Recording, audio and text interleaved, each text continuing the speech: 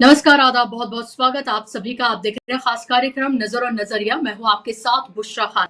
भले he cease fire हो गया हो ईरान और इजराइल के बीच में, और उसके बाद अब आपको जो आसमान में मिसाइल्स नजर आ रही थी वो आपको नजर ना आ रही हो, लेकिन जबानी मिसाइल जो है वो अभी भी छोड़ी जा रही हैं। लगातार दोनों तरफ से बयान दिए जा रहे हैं, और जो ये क्लेम किया जा रहा था वेस्टर्न मीडिया की तरफ से, और फिर उसके बाद इंडियन मीडिया ने भी उसे हाथों हाथ लिया, और ये कहा गया कि आयतुल्ला खामनाई जो है वो एक हफ्ते से गायब है। अलग अलग तरह की कॉन्स्पिरेसी थ्योरी जो है वो उनके आसपास गढ़ी जाने लगी कि क्या कुछ छिपाया जा रहा है, क्या ईरान में कुछ बड़ा होने वाला है, क्या आयतुल्ला खामनाई के साथ कुछ हो गया है और उसको ईरान छुपा रहा है, क्या वहां पर किसी तरीके का कोई बड़ा परिवर्तन यानी सत्ता परिवर्तन किसी तरह का देखने के लिए मिलेगा। इस सब पर फुल स्टॉप जब कल लग गया, जब आयतुल्ला खामनाई सीज फायर के ऐलान के बाद पहली बार देश के सामने आए, और जिस तरह से एक 86 साल के बुजुर्ग ने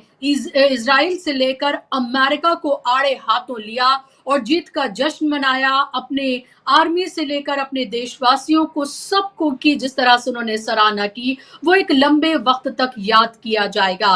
उससे अमेरिका और इजराइल भी तिलमिलाया हुआ है, क्योंकि आयतुल्ला खामनाई ने सीधे तौर पर यह कहा कि इजराइल को उन्होंने पूरी तरीके से कुचल दिया है, ज़ायनिस्ट जो शासन है उसको कुचल दिया है। उन्होंने कहा कि अमेरिका के मुंह पर करारा तमाचा जड़ा गया है, और इस जीत का जश्न पूरे ईरान में मनाया गया। हालांकि इसको लेकर भी सवाल कई लोगों ने उठाए कि क्या वाकई में ये जश्न मनाने का सही वक्त है। उन लोगों से सवाल पूछा जाना चाहिए कि 40 साल से लगातार जिस ईरान को दबाया जा रहा था, जिस ईरान के ऊपर अलग अलग तरह के सैंक्शंस लगाए गए, उन्हें कारोबार करने की इजाजत नहीं, उन्हें अपना खुद का तेल बेचने की इजाजत नहीं, जिस तरह से लगातार अमेरिका कंट्रोल करने की कोशिश कर रहा था, धमकियां लगातार इजराइल और अमेरिका की तरफ से मिल रही थी, और जब इजराइल ने हमला किया उसके बाद जो जवाब दिया है ईरान ने, ईरान एक बड़ी ताकत के रूप में उभरा है। तो जाहिर सी बात है उनके पास तमाम रीजंस हैं इसको सेलिब्रेट करने के, और यही वजह है कि जो एक खाई भी देखने के लिए मिलती थी ईरान में कि कुछ लोग जो है वो इस इस्लामिक शासन, इस रिजीम को पसंद नहीं करते, वो भी अपने देश के साथ खड़े हुए, और इस जंग में जो हासिल करना चाहते था इजराइल और अमेरिका, तख्ता पलट उसके उलट हो गया, बल्कि वहां की जनता है वो और ज्यादा मजबूत और एकजुट हो गई, और उसने अपने रहबर यानी कि आयतुल्ला खामनाई की ताकत, उनके विजन, अपनी सेना की ताकत और उनके विजन जो है उसको देखा, सरखम होकर देखा, और ये भी देखा कि कैसे जो सो कॉल्ड वॉर्स हैं उनको 12 दिन में ईरान ने झुका दिया, क्योंकि ईरान ने आखिरी लड़ाई लड़ी थी इराक से, और उसके बाद उसने कोई लड़ाई नहीं लड़ी। तब से वो सिर्फ आपको मजबूत कर रहा था, अपने जो सैन्य शक्ति है, जो हथियारों की शक्ति है, उसका जो जखीरा है उसको सिर्फ वो बढ़ा रहा था, और इन 12 दिनों में दुनिया ने देख लिया कि उसके पास क्या है। हालांकि ईरान का ये दावा है कि अभी तक भी उसने फुल ऑन ये नहीं बताया है या उनका इस्तेमाल नहीं किया है उन हथियारों का, उन मिसाइल्स का जो अभी भी उसके पास हैं, यानी कि वो एक लंबी लड़ाई के लिए पूरे तरीके से तैयार था। अब आप देखिए, इजराइल ने ये कहा था कि वो न्यूक्लियर पावर बन सकता है, कभी भी वो परमाणु बम जो है वो बना सकता है, और इसलिए उस पर उसने हमला किया।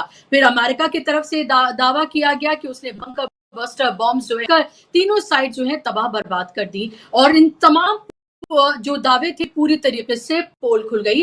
खुद जो अमेरिका के जो अखबार हैं और जो खुफिया एजेंसी है उन्होंने ही इसकी पोल खोल दी। अपनी ट्रंप जो है अपनी फेस सेविंग के लिए कहते रहे, लेकिन हकीकत जो है वो सबके सामने है। इस सब के बीच ईरान से जो बहुत बड़ी खबर आ रही है, करना तो आता था अमेरिका और इजराइल के उसके पूरे के पूरा जितना भी उसके परमाणु संयंत्र है या यूरेनियम जो है उसको पूरी तरीके से बर्बाद कर दिया जाए, लेकिन हुआ बिल्कुल उल्टा कि उसने तमाम वहां अपना यूरेनियम था एनरिच उसको हटा दिया, और उसको उस तरह का नुकसान नहीं हुआ। और अब ईरान की पार्लियामेंट में आईएईए को लेकर एक बिल पेश किया गया था जिसको मंजूरी मिल गई है, यानी कि अब पार्लियामेंट ने जो दिया है उसके बाद किसी भी तरह का कोऑपरेशन जो है वो आईएईए जो कि वॉचडॉग है इन तमाम जो परमाणु कार्यक्रम चलते हैं उनका यूएन का वॉचडॉग है उससे तमाम तरह के मुहाइदे तमाम तरह के कोऑपरेशन जो है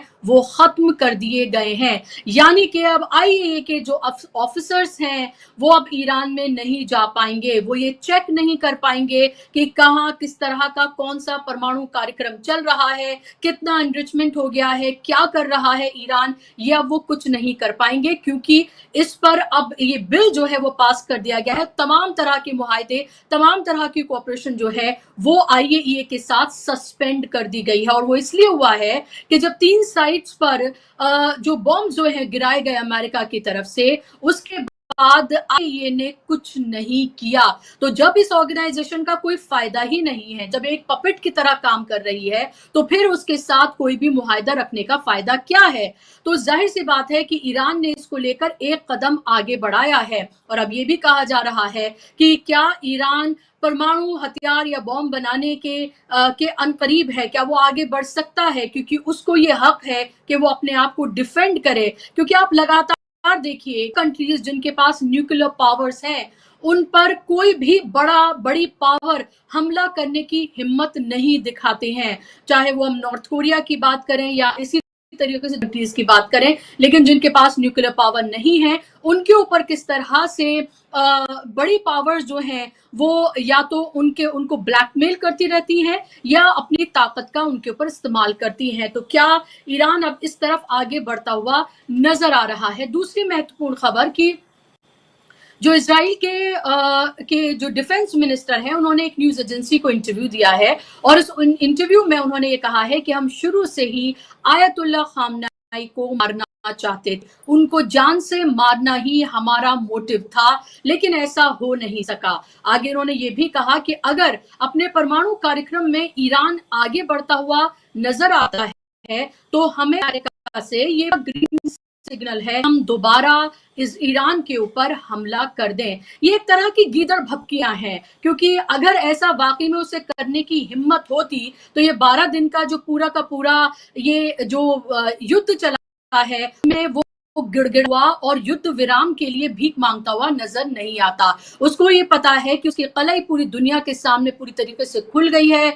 वो सो कॉल्ड जो उसका आयरन डोम और थार जो भी सब था वो सबके सामने वो बेनकाब पूरी तरीके से हो गया है, नेतन्याहू हो गए हैं पूरी तरीके से और अब दुनिया को ये पता चल गया है कि इन वर्ल्ड पावर्स को भी हराया जा सकता है, उनको हो सकता है अगर एक देश अपनी ताकत दिखाए, अगर एक लीडर कन्विक्शन दिखाए और जनता और सेना साथ में हो, और ये ईरान ने इन 12 दिनों में करके दिखाया है। तो ये आप जो बार बार चाहे इजराइल की तरफ से कहा जा रहा हो या अमेरिका की तरफ से कहा जा रहा हो, इसको आप इसी तरह से समझिए कि ये फेस सेविंग है, लेकिन साथ साथ ये भी बात है कि नेतन्याहू और इजराइल पर या अमेरिका पर यकीन भी नहीं किया जा सकता है और ये ईरान को बहुत अच्छे से पता है।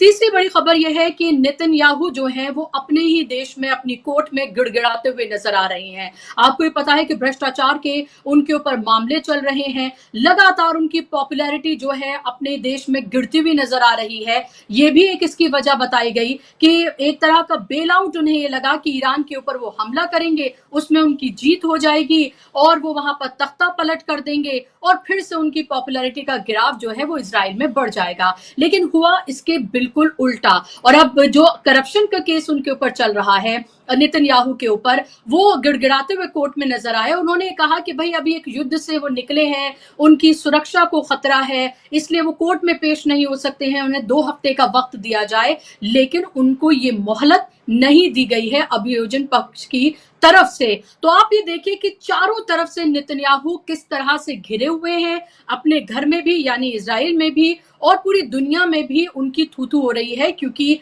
जो वो दम भरते थे वो सब ईरान ने हवा हवाई कर दिया इन 12 दिनों में। अब सवाल ये उठ रहा है कि आईएए से जिस तरह से किसी भी तरह का कोऑपरेशन जो है सस्पेंड किया है, क्या इससे अमेरिका और इजराइल को क्या कोई नया चांस मिल जाएगा?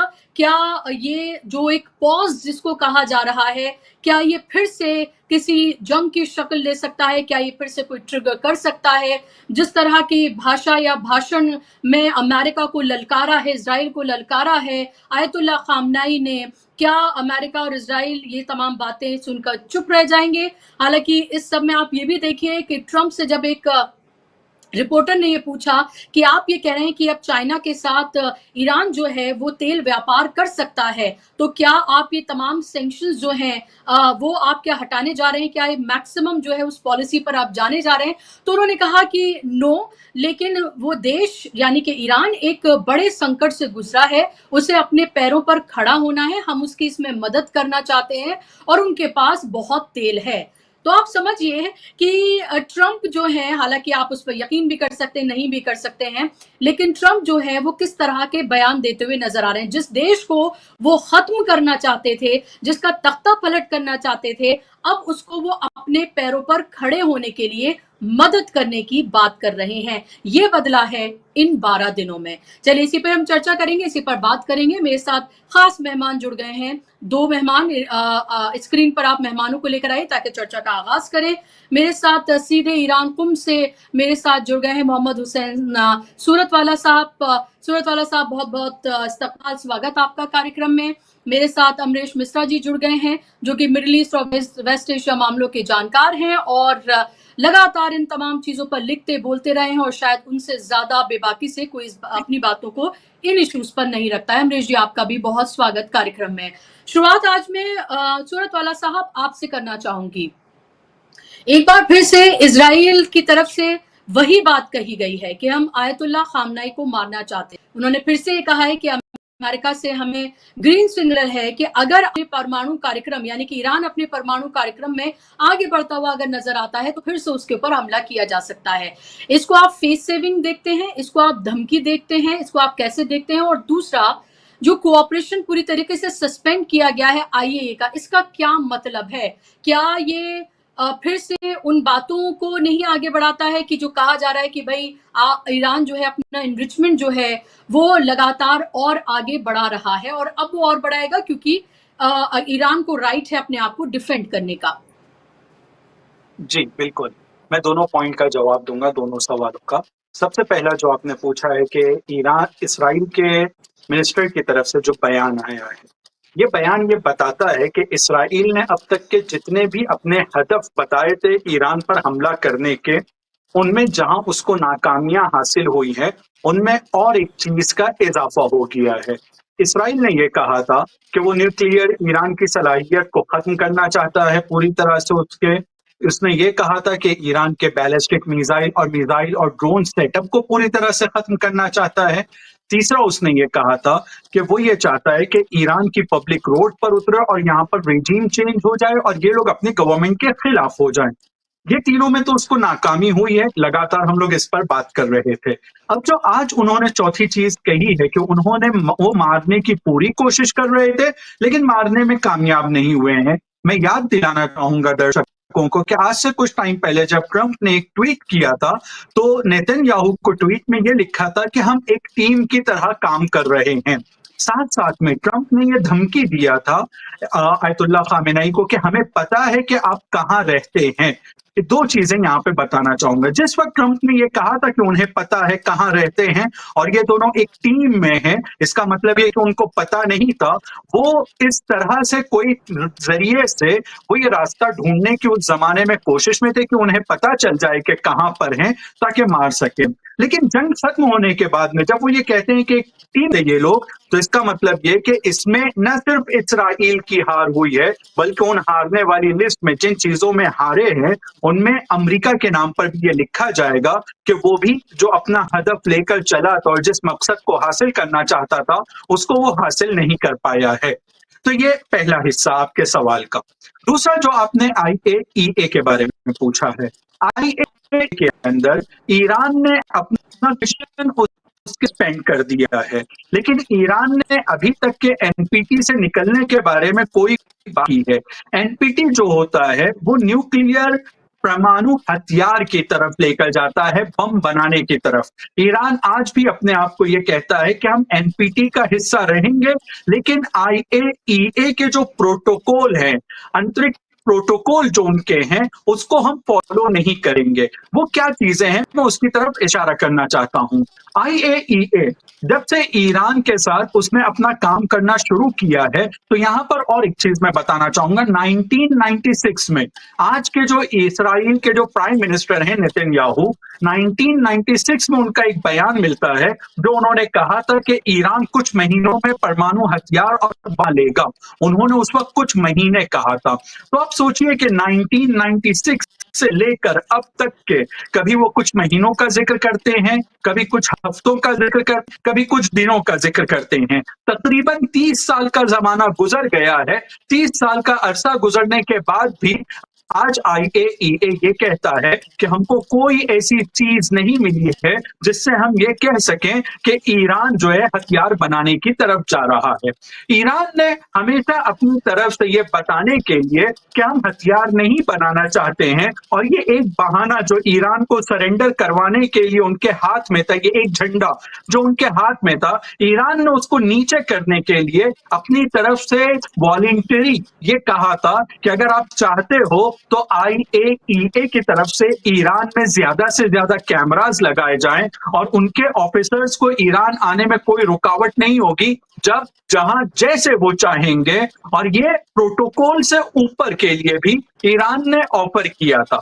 इसीलिए हम देखते हैं कि ईरान के अंदर जितना नजारत की जाती है और ईरान के ऊपर जितनी नजर रखी जाती है, आईएईए दुनिया भर के मुल्कों पर जितनी नजर रखता है, उसका 75% सिर्फ ईरान के ऊपर नजर रखता था वो, ताकि ईरान को हमेशा प्रेशर में रखा जाए और कोई बहाना ढूंढा जाए। लेकिन एक दूसरा पॉइंट भी यहाँ पर है, ये जो इतनी नजर रखते थे, इसके नतीजे में वो जासूसी करते थे। ईरानी साइंटिस्ट के नाम उन लोगों ने मोसाद और सीआईए यानी अमेरिका और इसराइल को दिया है। उन लोगों ने ईरान के अंदर जिस तरह से वो बिल्डिंग और सेटअप बना हुआ है, उसकी पूरी रिपोर्ट आईएईए की जिम्मेदारी होती है कि ये किसी तीसरे मुल्क के साथ में, खासतौर पर दुश्मन के साथ में तो शेयर न करे, लेकिन वो करता रहा है, जिसके नतीजे में आज ईरान ये कहता है कि ये लोग यहाँ जासूसी का काम कर रहे थे।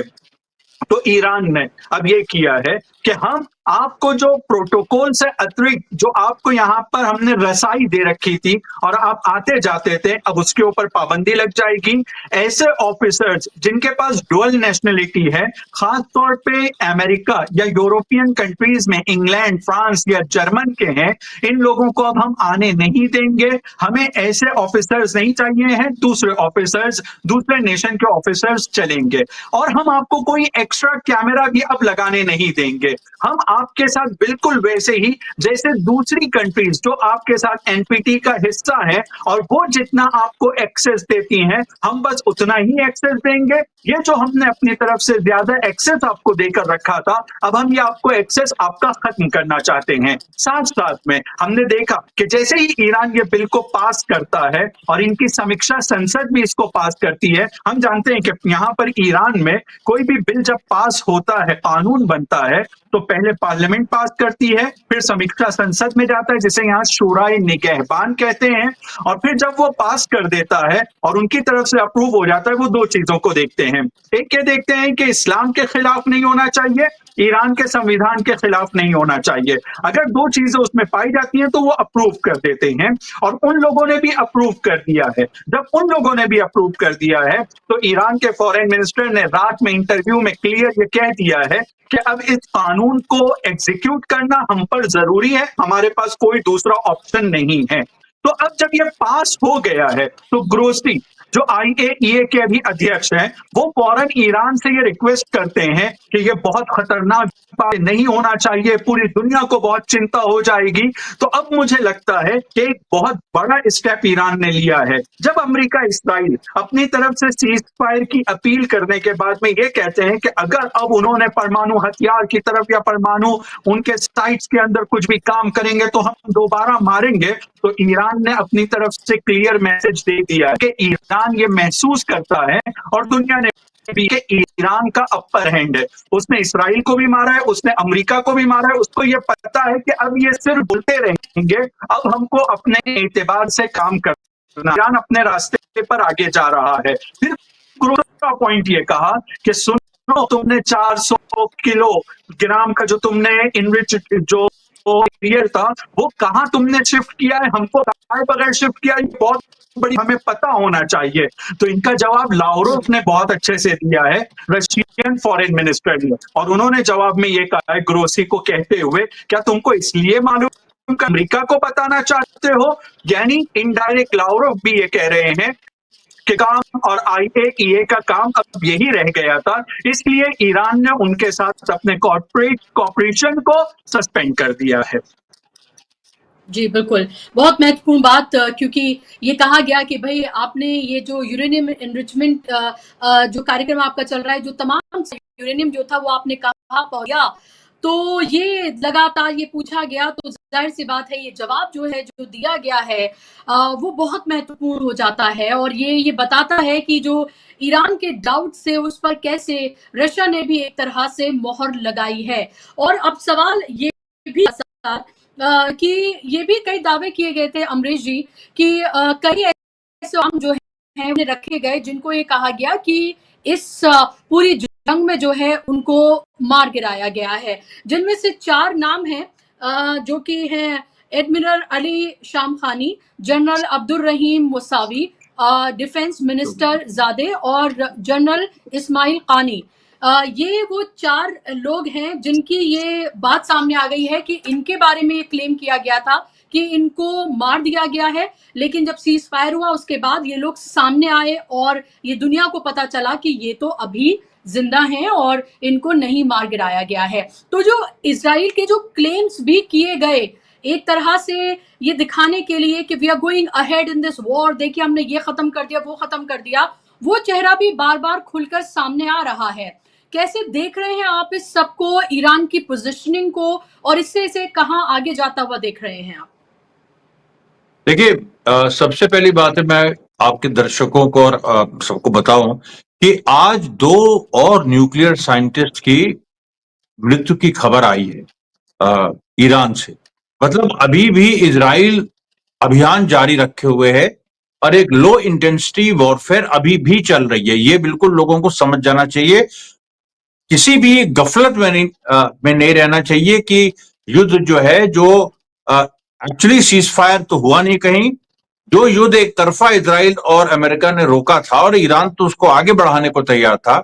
इजराइल और अमेरिका ने जो युद्ध रोका था वो बार बार सीज फायर वायलेशन करेंगे। ये वही पैटर्न इजराइल का है जो लेबनान में हमको दिखा कि नवंबर 2024 में सीज फायर हुआ और अभी से कितने महीने हो गए, लेकिन उन्होंने मतलब 2000 3000 कितने वायलेशंस किए हैं किसी को नहीं पता। कल की खबर है कि लेबनान के नबीतिया में उन्होंने एक हत्याएं की हैं, उन्होंने बम्बार्डमेंट किया है और हिजबुल्लाह एक तैयारी कर रहा है कि लेबनीज आर्मी और सरकार को अपनी तरफ पूरी तरह से करके वो हमला करेगा, क्योंकि हिजबुल्लाह इसीलिए चुप है। ये भी महत्वपूर्ण लोगों को समझना, क्योंकि असल में पूरे मिडिल ईस्ट में राजनीति हो रही है, वेस्ट एशिया में।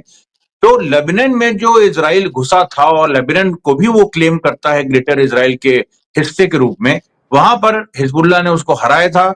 27 नवंबर 2024 को संधि हुई थी, आज इतने दिन हो गए, लेकिन इजराइल वायलेशन किए जा रहा है। तो ईरान के संदर्भ में, ईरान क्योंकि एक स्वतंत्र और एक मजबूत राष्ट्र है, इसलिए वो उतने वायलेशन वो नहीं कर सकता और दूर भी है वो इजराइल से, इतने वायलेशन नहीं कर सकता जितना लेबनान के साथ किया है। लेकिन ये मत समझिएगा कि वो उसने कोई भी अपनी चीज छोड़ दी है। अजरबैजान में मोसाद एजेंट्स की भरमार है, ऐसा लग रहा है, क्योंकि अजरबैजान के कई इलाकों से अब समझ में आ रहा है कि जो 12-13 जून से जो हमले इजराइल ने शुरू किए थे और उन्होंने कई ईरानी साइंटिस्ट को मारा था, उनके टॉप मिलिट्री लीडरशिप को मारा था, वो अजरबैजान से भी लॉन्च हुए थे। एक तो ईरान के अंदर से लॉन्च हुए थे, वहां पर ये एक बहुत बड़ा नेटवर्क मोसाद का पकड़ा गया जिसके खिलाफ कार्रवाई अभी तक जारी है।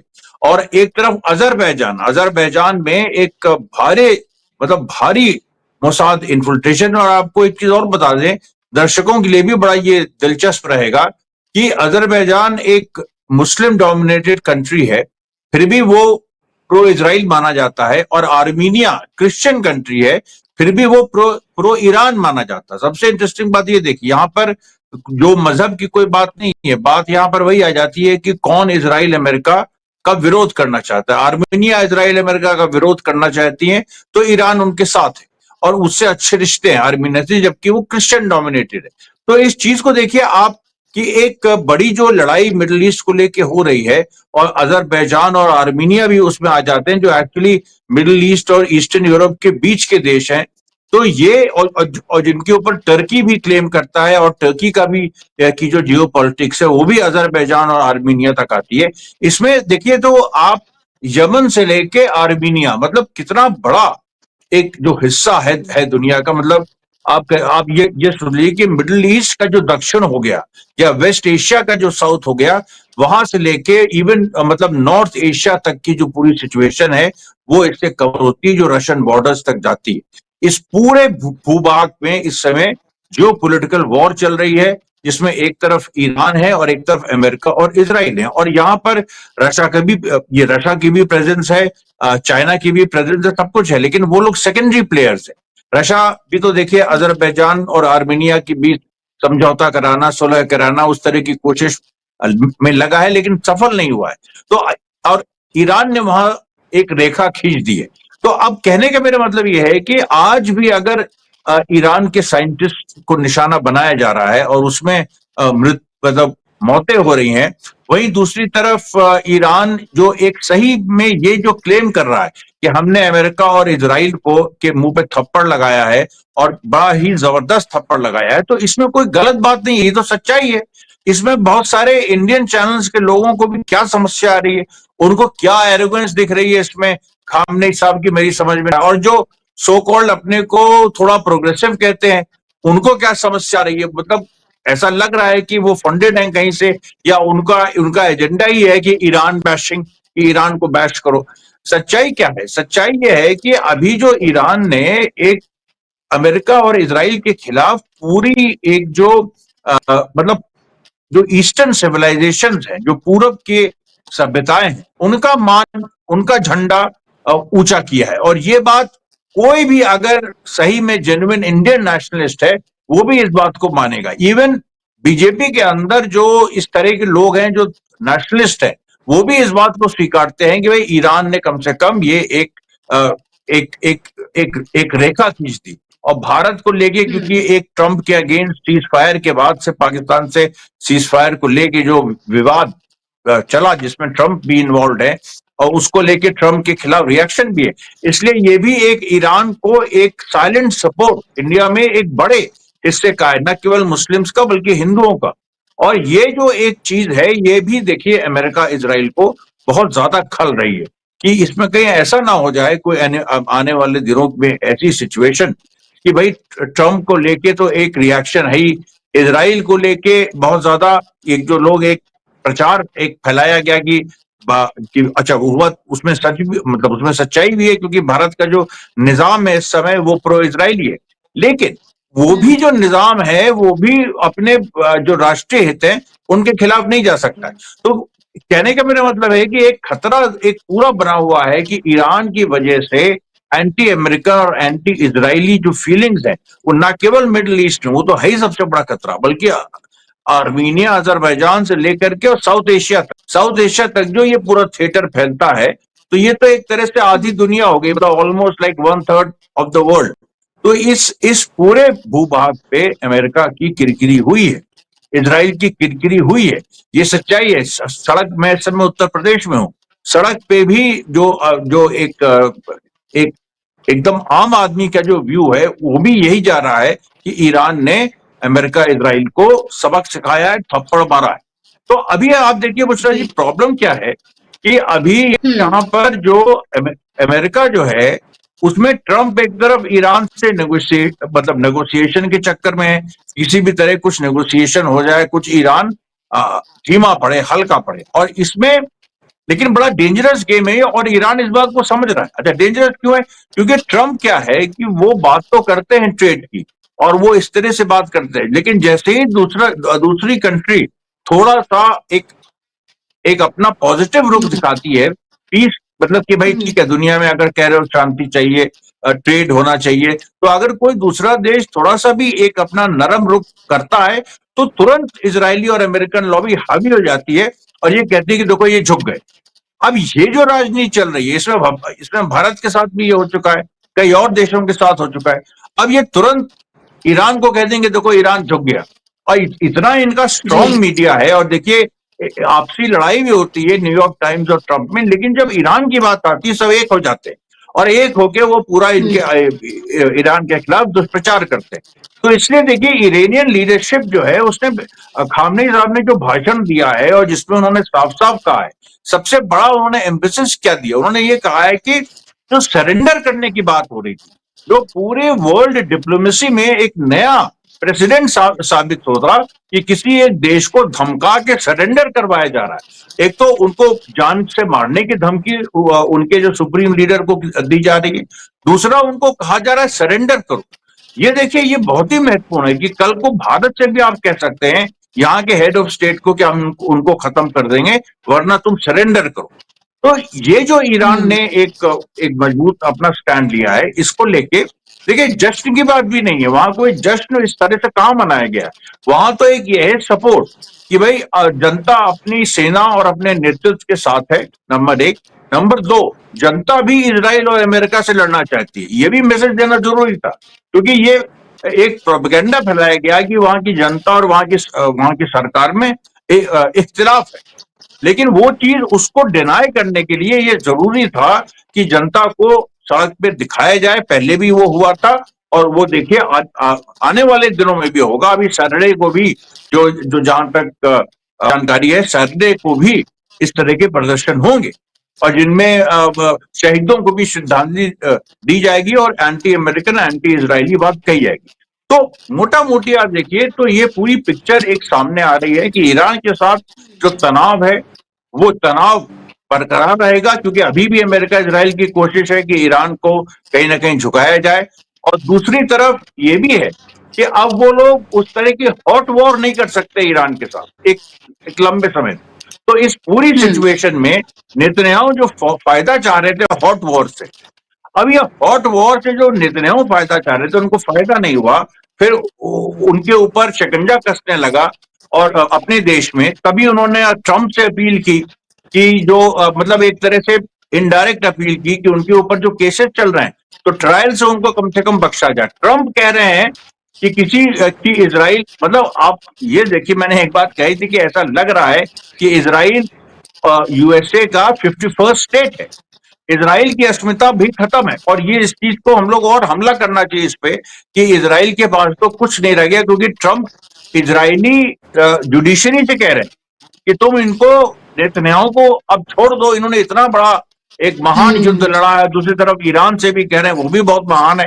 तो ये जो पूरा एक देखिए एक ये जो एक संघर्ष चल रहा है, यानी कि ये संघर्ष अभी लंबे समय तक चलेगा। जी इंडिपेंडेंट कंट्री नहीं है ये। पूरी तरीके से ट्रंप ये दिखा रहे हैं कि देखिए हम उनके इंटरनल मामलों के साथ साथ उनकी अदालत की जो प्रक्रियाएं हैं उसमें भी हम इंटरफेयर कर रहे हैं और उसमें इंटरफेयर करके हम ये कह रहे हैं कि भाई ये तो महान शख्स है, इसने अभी युद्ध लड़ा है इतना बड़ा, इसे बख्श दो, क्यों उसके ऊपर ये जुल्म कर रहे हो। और ये वो कोर्ट से कहते हुए नजर आ रहे हैं। तो जिस के लिए इजराइल लड़ रहा है कि उसका अपना कंट्री और वो ग्रेटर इसराइल की जो बात करता है वो तमाम चीजें जो करता हुआ नजर आ रहा है, आप ये देखिए कि उसमें अमेरिका क्या कर रहा है और अमेरिका ये बताने की कोशिश कर रहा है कि you are my small baby and I will tell you what to do and what not to do. इसी तरह की बातें जो है वो करते हुए नजर आ रहे हैं। मैं गाजा पर भी लौटूंगी और आपके पास मैं आऊंगी अमरीश जी, क्योंकि जो एक सीक्रेट सीज फायर का जो प्लान है जो आउट हुआ है उसके बारे में बात करना जरूरी है।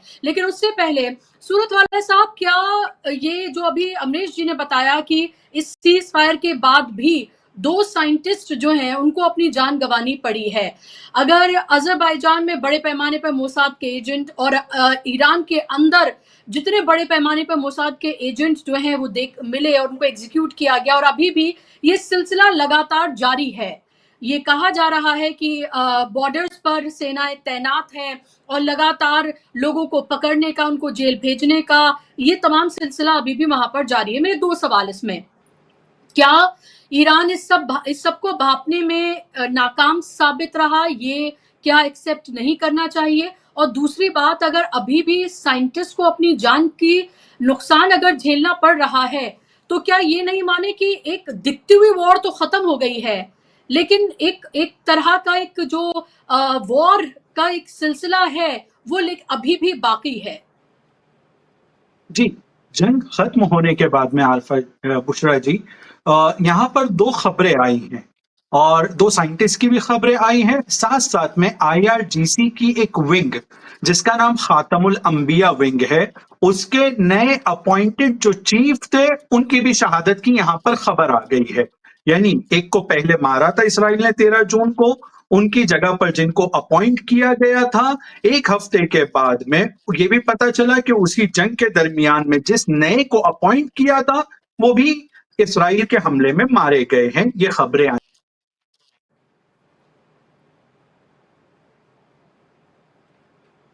जी, लगता है मेरी आवाज आ रही है?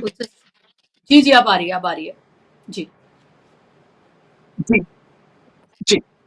ये जो खबरें अभी आ रही हैं, इन खबरों के बारे में ईरान के मीडिया ने इस तरह से बयान किया है कि पिछले हफ्ते के हमलों में ये जख्मी हुए थे और अब जख्मों की ताब न लाकर वो इस दुनिया से चल बसे हैं। यानी जख्मी होने के वही जमाना था जब जंग थी, लेकिन हाँ, इस दुनिया से जाने का जो टाइम है वो जंग के बाद का है। तो ये मीडिया ने इस तरह से उसको रिपोर्ट किया है। बहुत अच्छा पॉइंट अमरीश जी ने बयान किया कि आज़रबाईजान ईरान के नॉर्थ बॉर्डर के ऊपर एक ऐसी कंट्री है जिसके इस्राइल के साथ स्ट्रेटेजिक रिलेशन है। इसमें किसी को कोई इनकार नहीं है और ये बिल्कुल स्पष्ट बात है कि इस रीजन में अगर इस्राइल के सबसे अच्छे ईरान के पड़ोसियों में किसी के साथ कांटेक्ट है तो वो आज़रबाईजान के साथ हैं। कल ईरान के प्रेसिडेंट और आज़रबाईजान के प्रेसिडेंट अलीयोव और ईरान के पेज़ेश्कियान जो प्रेसिडेंट हैं, इन दोनों में कॉल के ऊपर बात हुई है, फोन पर बात हुई है। इस फोन पर गुफ्तगू के लिए ईरान ने जो प्रेस रिलीज दिया है, उस प्रेस रिलीज के अंदर ईरान ने यह कहा है कि हमारे प्रेसिडेंट ने आज़रबाईजान के प्रेसिडेंट से अपने रिश्तों के बारे में बात किया है और आइंदा और मजबूत करने के बारे में बात किया है। साथ साथ में ये भी कहा है कि आज़रबाईजान का एयर स्पेस हमारे खिलाफ जो ड्रोन के लिए इस्तेमाल हुआ है उसकी तहकीक करना बहुत जरूरी है, क्योंकि इस तरह का एयर स्पेस का इस्तेमाल होना ये हमारे रिश्तों में खटास का सबब बनेगा। ईरान ने अपनी तरफ से ये कंसर्न कल इस आज़रबाईजान के प्रेसिडेंट को कन्वे भी कर दिया है। आज़रबाईजान के प्रेसिडेंट का जो पहला जवाब था, जो नॉर्मली हुआ करता है, पहला जवाब ये था कि हम लोगों के रिश्ते इतने मजबूत हैं कि ये छोटी मोटी चीजें हम लोगों के दरमियान दरार नहीं बनेगी, एक, और साथ साथ में ये अफवाह है और मैं आपको यकीन दिलाना चाहता हूं कि जब तक के हम पड़ोसी हैं तब तक के आपके खिलाफ हमारी जमीन का और आसमान का कोई जर्रा बराबर भी इस्तेमाल हम होने नहीं देंगे। ये उन्होंने बयान दिया है। लेकिन ईरान में मीडिया के अंदर ये बात बार बार कही जा रही है, क्योंकि तबरेज, अगर आपने खबरों में नोट किया होगा इन 12 दिन की जंग के दरमियान में, तो तबरेज एक ऐसी सिटी थी जिसके ऊपर बार बार हमले की खबर आ रही थी। कभी जेट के जरिए से, जो इसराइली जेट का तस्करा होता था, और साथ साथ में ये भी होता था कि वहां ड्रोन बहुत आ रहे थे हमला करने के लिए, रिफाइनरी के ऊपर हमला करने के लिए, किसी एक फौजी बेस के ऊपर हमला करने के लिए। तो ईरान उसी जमाने से मीडिया में ये बात आ रही थी कि इनके पास कुछ सबूत है कि इन्होंने ट्रैक किया है कि ये तबरेज के रास्ते, ये आज़रबाईजान के रास्ते से तबरेज तक के आ रहे हैं। तो इस बात को उन लोगों ने आपस में ये डिस्कस भी कर रहे हैं और ईरान में इसको कंसर्न की तरह देखा भी जा रहा है। साथ साथ में एक बहुत अच्छा पॉइंट, क्योंकि आपके सवाल से रिलेट यही था तो मैंने जवाब दिया, लेकिन अमरीश जी वाकई इन्होंने एक बहुत अच्छा पॉइंट भी कहा है। खामेनेई साहब के बारे में जो इन्होंने कहा कि साइलेंट सपोर्टर, बहुत अच्छा पॉइंट था और मैं सीखता हूं, ये बहुत सीनियर है, मैं इसी बात को थोड़ा और आगे बढ़ाना चाहूंगा। उन्होंने ये जो पॉइंट कहा है, अब देखिए गज्जा पे तकरीबन 2 साल की जंग के नतीजे में आज अगर दुनिया में सबसे ज्यादा किसी से नफरत की जाती है तो वो इसराइल है, जिसने बच्चों को मारा, जिसने औरतों को मारा, जिसने बूढ़ों को मारा, जो लोग लाइन में खड़े हुए थे खाना लेने के लिए उनको मारा, लोगों के घरों को उनके सरों के ऊपर बर्बाद कर दिया, और सिर्फ बर्बाद नहीं किया बल्कि उसके बाद अपनी पीठ थपथपाता है। और इसकी सबसे ज्यादा मदद करने वाला अगर कोई है तो वो अमेरिका है, अमेरिका और फिर वेस्टर्न वर्ल्ड पूरी तरह से इनके साथ में। साथ साथ में इस ऑर्डर को जो दुनिया का चल रहा है इसमें यूनाइटेड नेशन और सिक्योरिटी काउंसिल का भी जो किरदार होना चाहिए था, हमने 2 साल में देखा कि उनके मुंह के ऊपर पट्टियां और आंखें उनकी पूरी तरह से बंद थी, वो कोई बड़ा एक्शन या कोई बयान देने तक के भी उनमें कोई हिम्मत उन्होंने नहीं जुटाई है सही माना में। अब अगर हम ये देखते हैं कि इतने टाइम से 2 साल से लोगों ने देखा है कि इसराइल ने क्या किया है, तो आमतौर पे जो इंसान होते हैं जिनका जमीर जागता है और जो जुल्म के खिलाफ इंसान के अंदर ऊपर वाले ने पैदाइशी तौर पर इस चीज को रखा है, तो अब अगर किसी जालिम के खिलाफ कोई खड़ा होता है तो यकीन जानिए कि दुनिया उसको सैल्यूट करेगी, सलाम करेगी। न सिर्फ खड़ा हुआ है बल्कि जिस तरह से जालिम ने दूसरों पर जुल्म किया है, अगर कोई उस जालिम को सबक सिखाने में अभी तक के सिविलियन पर हमला नहीं हुआ है, ये अपनी जगह, और ईरान इस बात को अब तक के डिनाई कर रहा है, और सही बात यही है क्योंकि इस्राएली मीडिया ने भी इसको अलग अलग जगह पर कहा कि सिविलियन पर नहीं टारगेटेड हमला हुआ है। ईरान ने जो हमला किया है और उसके नतीजे में उनके फौजी बेस को, नतीजे में उनके वो रिसर्च सेंटर डिफेंस मिनिस्टर का जो डिफेंस मिनिस्ट्री के लिए सपोर्ट करते हैं। मेरी आवाज आ रही जी है? आ रही आ रही आ रही आ रही आ रही गो अहेड। ठीक है, मैं आपके पास लौट रही हूँ सूरत वाला साहब। मैं इतने अमरीश जी से सवाल ले लेती हूँ क्योंकि बात यहाँ पर गजा की शुरू की गई है, तो गजा के बारे में भी बात करना बेहद जरूरी है। और जब हम ईरान, इजराइल, अमेरिका की बात करें, हम गजा को छोड़ दें तो ये बेईमानी होगी। और जो एक अमरीश जी, जो एक रिपोर्ट जो है वो सामने आई है, कई वेस्टर्न मीडिया के हवाले से जो बातें कही जा रही हैं कि अब ईरान और इजराइल के बीच जो सीज फायर हुई है या पॉज हुआ है या जो भी बातें कही जा रही हैं, उसके बाद अब यह है कि ईरान में के साथ जो सीज फायर हो गई, लेकिन गजा का क्या, वो सवाल अभी का तब वैसे का वैसा ही बना हुआ है, जिसका तस बना हुआ है। उसको लिए कहा जा रहा है कि एक सीज फायर का एक प्लान है, एक रिपोर्ट है जो कुछ जगहों पर ये कहा जा रहा है कि लीक कर दी गई है, जिसमें ये कहा गया है कि जो इजरायली हॉस्टेजेस हैं उनको रिहा किया जाए। दूसरा इसमें पॉइंट रखा गया है कि हमास के जो भी लीडर्स हैं उनको एग्जाइल यानी कि उनको देश निकाला दिया जाए। इजरायली ऑक्यूपेशन जो है वो वेस्ट बैंक में जो है वो इजराइल का ऑक्यूपेशन हो। इसमें यह भी कहा गया है कि सीज फायर जो है वो जब ये शर्तें मान ली जाएंगी तो 2 हफ्ते के अंदर ये सीज फायर कर दिया जाएगा। फिर ये कहा गया है कि इजराइल को जो 2 स्टेट सोल्यूशन है उसको इजराइल मानेगा, ये इजराइल की तरफ से कहा गया है। सीरिया और सऊदी अरबिया जो है वो इजराइल को रिकग्नाइज करेंगे एक स्टेट के रूप में। ये इसमें आप कितनी सच्चाई देखते हैं, ए और बी? क्या ऐसा कुछ हो के क्या कोई सीज फायर हो सकता है? ये तो ऐसा है कि बिल्कुल वैसे ही जैसे ईरान के साथ कहा गया था कि अनकंडीशनल सरेंडर, तो अगर फिलिस्तीन के लोगों को ये सब मानना ही होता तो ये तो सीज फायर बहुत पहले हो गया होता, इतनी हजारों जानें ना गई होती। और एक रिपोर्ट जो सामने आई है कि कैसे गजा की पॉपुलेशन जो है कितने बड़े पैमाने पर कम हो गई है और लगभग 3,80,000 लोग गायब हैं, जिसमें ज्यादातर बच्चे हैं। ये देखिए, ये जो सीज फायर की जो बातें, ये पहले भी आप देखिए ईरान इजराइल वॉर शुरू होने के पहले भी आती रही है। 18 मार्च, क्योंकि जो एक सीज फायर 19 जनवरी 2025 को हुआ था जिसको इजराइल ने वायलेट किया 18 मार्च 2025 को, और गाजा में फिर से अभियान शुरू कर दिया और उसके बाद कत्लेआम बुरी तरह से और ज्यादा तेज कर दिया। अब और फिर हमास ने उसकी प्रतिक्रिया में हमास भी नए सिरे से उभर के सामने आया, और ये जो 12 दिन की जो जंग चली इजराइल और ईरान में, इसमें हमास को बहुत ज्यादा बढ़त भी मिली। अब इस पूरे सिनारियो में फिर से ये एक सीज फायर ले आए, इसके पहले भी सीज फायर था। देखिए वहां पर गाजा में सीज फायर में अब वो लोग इस पे एक पूरा जोर लगा रहे हैं कि हमास हथियार डाल, हम ये पॉलिटिकल उनका एक इशू है कि हमास हथियार डाल दे, ताकि हमें ये हो जाए। कम से कम इजराइल ने जो कहा था 2 शर्तें कि हम मतलब 2 ऑब्जेक्टिव वॉर के 7 अक्टूबर के 2023 के बाद कि हमास का खात्मा और होस्टेजेस की वापसी। तो उसमें कम से कम हमास का खात्मा, तो ये तो बहुत बड़ा एक सेहरा नेतन्याहू के सर पे बांधा जाएगा, लेकिन वो सेहरा ऐसा है जो कभी भी फिलिस्तीनी जनता उसको एक्सेप्ट नहीं करेगी, क्योंकि हमास एक कोई संगठन नहीं है, वो फिलिस्तीनी जनता का हथियारबंद दस्ता है, वो एक उनके फ्रीडम फाइटर्स है। तो फ्रीडम फाइटर्स जो है वो कैसे सरेंडर कर दे और अपने आर्म्स कैसे सरेंडर कर दे, जो एकमात्र तरीका है फिलिस्तीनी जनता का जो अपना सेल्फ डिफेंस है, अपनी आर्मी है। भाई देखिए हमास क्या, हमास फिलिस्तीन की आर्मी, और वो आर्मी कैसे सरेंडर कर दे जब एक नेशन लड़ रहा है। अच्छा, इजराइल जो 2 नेशन थे उसकी बात कर रहा है, रिकॉग्नाइज करने की ये भी फर्जी है, क्योंकि इजराइल ने पहले भी ओस्लो अकॉर्ड्स हुए थे 1993 में, उस समय जब वेस्ट बैंक में पैलेस्टीनियन अथॉरिटी बनी थी और ये था कि गाजा में भी बनेगी, और इलेक्शन भी हुए जिसमें हमास जीत गया।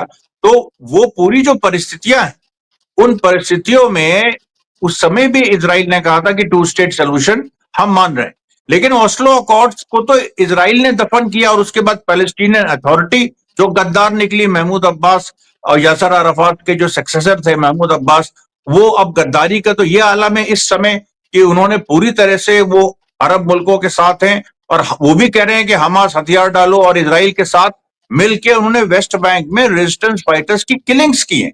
10 से लेके 15 से लेके और भी बहुत सारे रेजिस्टेंस फाइटर्स को उठा के उन लोगों ने टॉर्चर करके मारा है, पैलेस्टीनियन अथॉरिटी ने, महमूद अब्बास गद्दार ने। तो ये जो पूरी देखिए सिचुएशन है, इसमें गाजा को लेके तो कोई कॉम्प्रोमाइज नहीं हो सकता है। गाजा में अब एकदम एक करो या मरो की लड़ाई है कि तुम हमें चाहे तुमने अभी 3 लाख 3.5 लाख लोग गायब है, हो सकता है 5 लाख लोग गायब हो जाएं। बड़े बड़े नेशंस ने बड़ी बड़ी कुर्बानियां दी हैं, अपने बिलियंस ऑफ सिटीजन्स खो दिए हैं आजादी के लिए, इंक्लूडिंग इंडिया ने, अल्जीरिया ने, सब ने, और वियतनाम ने। तो अब सवाल यहां पर यह है कि हमास हथियार नहीं डालेगा, हमास लड़ता रहेगा, हमास कभी सरेंडर नहीं करेगा, वो इस शर्त को कभी नहीं मानेगा। उसने कहा कि तुम कुछ भी कर लो, हम ये भी तैयार हैं कि गाजा में एक टेक्नोक्रेट्स की और ब्यूरोक्रेट्स की सरकार बना दो, लेकिन पैलेस्टीनियन अथॉरिटी की सरकार बने और हमास सरेंडर करे अपने हथियार, ये 2 चीजें नहीं होंगी। हमास इस समय वहां सरकार चला रहा है, उसने सरकार चलाई है 2006-2007 से, और वो कायदे से सरकार चला रहा है। अभी देखिए क्या हुआ, अभी कल की खबर है, जो एड आई है अंदर, एक भारी मात्रा में जो एड आई है, वो हमास के जो सपोर्टर्स है, जो वहां के कबीले हैं, जो क्लैंस है, वहां के ट्राइब्स हैं, उनकी सिविल सोसाइटी, उनके जो बुजुर्ग हैं, उन लोगों ने मिलके उसको पूरा एक मॉरल प्रेशर बनाया, और बिल्कुल एड छीन के लाए वो लोग, नॉर्थर्न गाजा तक ले आए। और एड ये देखिए इजराइल के ही कई हिस्सों से जो एड बहुत दिनों से पैलेस्टीनियन जो ट्रक्स खड़े थे लोडेड विद एड, ये पैलेस्टाइन, ये गाजा और इजराइल बॉर्डर पे, वहां से वो लोग ले आए, और वो बहुत बड़ी विक्ट्री हुई। उसमें हथियारबंद युवा आपको दिखाई पड़ेंगे, वो हमास के केवल नहीं है, वो वहां के जो कबीले हैं, वहां की सिविल सोसाइटी, उसके लोग हैं, क्योंकि वहां की जनरल पॉपुलेशन आर्म्ड है। वहां पर हर जो भी फिलिस्तीन में जो भी एक स्वाभिमानी वो है, वो उसके हाथ में एक हथियार है, चाहे वो हमास का हो चाहे वो ना हो। हमास लीडर है, वो एक अलग चीज। अब इस पूरी परिस्थिति में देखिए, हमास को सरेंडर करने का मतलब है फिलिस्तीनियों को सरेंडर। फिलिस्तीनी जिस दिन हथियार डाल, इसमें हथियार ही है जो टोटल जो उनको पूर्ण गुलामी से रोके हुए, केवल एक चीज है जो नहीं तो गाजा की पूर्ण गुलामी ये अमेरिका और इजराइल चाहता है, क्योंकि उसको गाजा से एक नया सी रूट निकालना है, और उस नए सी रूट में उसको स्वीज कैनाल के पैरेलल एक नया सी रूट उसको पैदा करना है, जिसमें गाजा बहुत बड़ी बाधा है कि एक जो स्वीज कैनाल के अलावा एक ऐसा सी रूट बने जो सीधे इंडियन ओशन को लिंक करे मेडिटेरेनियन सी से। उसके लिए गाजा चाहिए, उनको किसी भी हालत में चाहिए। ऐसी परिस्थिति में वो फिलिस्तीनियों को या तो मारेंगे या वहां से भगाएंगे। तो केवल एक चीज है, हथियार। हथियार जो हैं फिलिस्तीनियों के पास वो उनके जिंदा रहने की गारंटी है, केवल हथियार। तो अब इस पूरी सिचुएशन में कोई भी ऐसी स्थिति नहीं आएगी जिसमें हमास अपने हथियार गिव अप करेगा। एक और आपको साजिश बता दे, वहां पर एक जो जी। प्रपोजल आया है सीज फायर का, उसमें एक और चीज है, उसमें ये भी है कि जो अरब स्टेट्स है उसमें उन लोगों ने अब्राहमिक स्टेट्स, अच्छा ये भी ईरान के खिलाफ एक गोलबंदी है। तो बात हो ये गाजा के सीज फायर की, लेकिन वहां पर ईरान के खिलाफ एक जियोपॉलिटिकल गेम खेला जा रहा है कि जो अरब स्टेट्स है, जो जिनको लेके अब्राहमिक अकॉर्ड्स किए गए थे, ऑस्लो अकॉर्ड्स के 20 साल बाद, जो ट्रंप के रहते 2018 में हुए थे, जिसमें यह था कि सऊदी अरेबिया भी इजराइल को रिकग्नाइज कर दे और फिर उसके बदले में इजराइल टू स्टेट सोल्यूशन मान ले। वही बात अभी दोहराई जा रही है। इजराइल को ना टू स्टेट सोल्यूशन से उसको बिल्कुल मतलब है, उसको वेस्ट बैंक एनेक्स करना है। अब वेस्ट बैंक जब तुम एनेक्स कर लोगे और उसको ऑक्यूपेशन में तो एक बड़ा हिस्सा वेस्ट बैंक का ऑलरेडी है, उसको अगर एनेक्स कर लोगे तो तुम फिलिस्तीनी राज कहां बनाओगे? गाजा में बनाओगे? गाजा में 20 लाख लोग, अरे भाई ये देखिए यही सब चीजें ऐसी हैं जो बिल्कुल ये संभावना ही नहीं है कि कोई सीज फायर प्लान जिसमें सऊदी अरेबिया और इस तरह की ताकतों को एक दिखाया जाए कि वो अमेरिका इजराइल के साथ हैं और देखो हमने फिलिस्तीनी समस्या हल कर दी और फिर ईरान को उसमें विलेन बनाया जाए। ये कहीं भी इस तरीके का कोई प्लान सक्सीड नहीं हो सकता है और ना ही उसको रेजिस्टेंस के फाइटर्स एक्सेप्ट करेंगे। जी बिल्कुल, और वो लग भी रहा है, ये बिल्कुल हास्यास्पद है, जो चीज़ें रखी गई हैं वो सामने, वो हास्यास्पद है और लग रहा है कि ऐसा कुछ नहीं होने जा रहा है। और ये एक तरह की कह सकते हैं कि ये बताना कि देखिए हम गाज़ा के लिए भी सोच रहे हैं, इस तरह की बातें कही जा रही हैं। एक खबर जो अभी फ़िलहाल है और सूरतवाला साहब आपके सामने रखूँगी और बहुत कम वक़्त है मेरे लिए, आप उस पर जवाब दीजिएगा। अभी मैं खबर देख रही हूँ जिसमें ये कहा गया है कि ईरान के टॉप अधिकारियों और ट्रंप प्रशासन जो है उसके सूत्रों ने जानकारी दी है कि अमेरिका ईरान के सिविल एनर्जी न्यूक्लियर प्रोग्राम के लिए 20 से 30 मिलियन डॉलर देगा और उस पर लगे सैंक्शंस में भी राहत दे सकता है। और इस बीच जब ये बात जब पूछी गई है इजराइल के रक्षा मंत्री से, कार्ड से जब ये पूछी गई तो उन्होंने कहा उन्हें इसके बारे में नहीं पता है। उन्होंने ये भी कहा कि उनको ये भी नहीं पता है कि यूरेनियम का भंडार जो है वो कहाँ है, और जो पहले मैंने बात कही थी कि अगर जरूरत पड़ी तो ईरान पे दोबारा हमला कर सकते हैं, ये कहा गया है। इसकी तस्दीक जरा आप करिए और फिर मैं कार्यक्रम को खत्म करूंगी। जी बिल्कुल, ये खबर ईरान में भी आई है। ईरान के जो ऑफिशियल्स हैं और बड़े एडमिनिस्ट्रेशन जो लीडर्स हैं या पोस्ट के ऊपर हैं, उन्होंने इसके ऊपर कोई जवाब नहीं दिया है, लेकिन कुछ न्यूज़पेपर्स ने इसकी तरफ तवज्जो दी है और तवज्जो के साथ ये कि आपने खुद अमेरिकन सिक्योरिटी काउंसिल की जो वहाँ की मैनेजमेंट की टीम थी, उसमें जो लेडी हैं उन्होंने क्लियर ये कहा था कि ईरान का जो भी कार्यक्रम है वो सिविलियन है। IAEA एक जमाने से इस बात को कहता आ रहा है कि सिविलियन है, तो ये अमेरिका सिर्फ धोखा देना चाहता है, बिल्कुल उस तरह से जैसे अमरीश जी ने थोड़ी देर पहले कहा था कि वो इस तरह से ऑफर देते हैं, जैसे ही कोई उस ऑफर की तरफ एक कदम भी आगे बढ़ाता है तो उसको वो दबाने की कोशिश करेंगे। तो ईरानी इस तरह के ऑफर की तरफ जरा भी तवज्जो नहीं दे रहे हैं। लेकिन अगर अभी आपके पास वक्त हो तो मैं हमास के बारे में थोड़ा कुछ बोलना चाहूंगा, अगर आप मुझे बताएं। जी 30 सेकंड में अगर आप कुछ कह सके तो प्लीज अपनी बात को रखें। जी 30 सेकंड बहुत कम है, लेकिन 1967 से लेकर 2005 तक के इसराइल का कब्जा गज्जा के ऊपर था। 2005 में गज्जा से हमास ने उसको निकाला था।